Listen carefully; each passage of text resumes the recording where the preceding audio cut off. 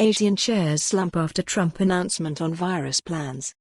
Shares fell in Asia on Thursday after President Donald Trump announced the U.S. was stepping up its efforts to combat the virus outbreak that began in China, as the number of cases surpassed 81,000. Japan's Nikkei 225 index lost 2.1% at 21,948.23, while in Australia, the S&P ASX 200 dropped 0.8% to 6,657.90. Hong Kong's Seng lost 0.8% at 26,491.52. In South Korea, where 334 new cases of the virus were reported, the Kospi dropped 1% to 2,056.76. The central bank downgraded its growth estimate for 2020 to 2.1% from 2.3% and said the virus outbreak would have a short-term impact on business activity, after growth fell to its lowest in a decade last year. The Bank of Korea kept its key policy rate unchanged, at its current record low 1.25%.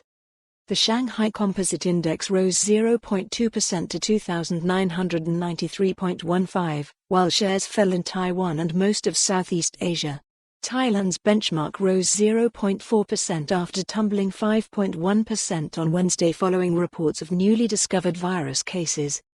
Trump told reporters late Wednesday that he was open to spending whatever's appropriate to fight the virus, after the Senate Democratic leader Chuck Schumer of New York suggested $8.5 billion instead of the requested $2.5 billion.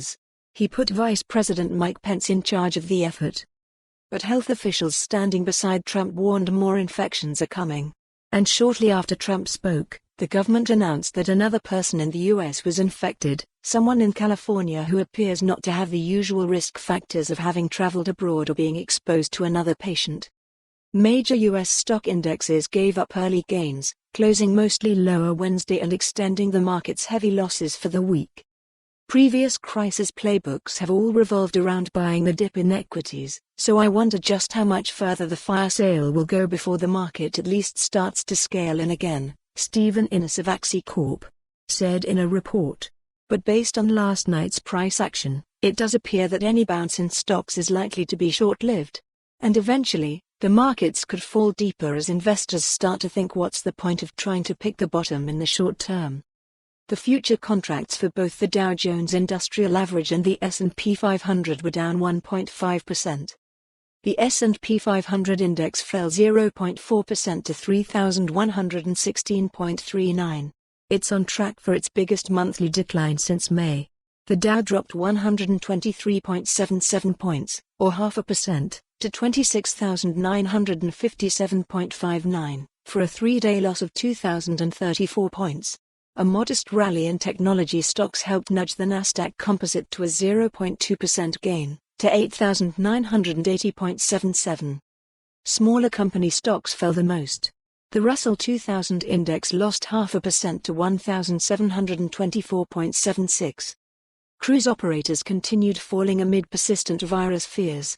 Norwegian Cruise Line Holdings fell 7.9%, Royal Caribbean Cruises dropped 8.1% and CA. For more on this story, visit the news article link.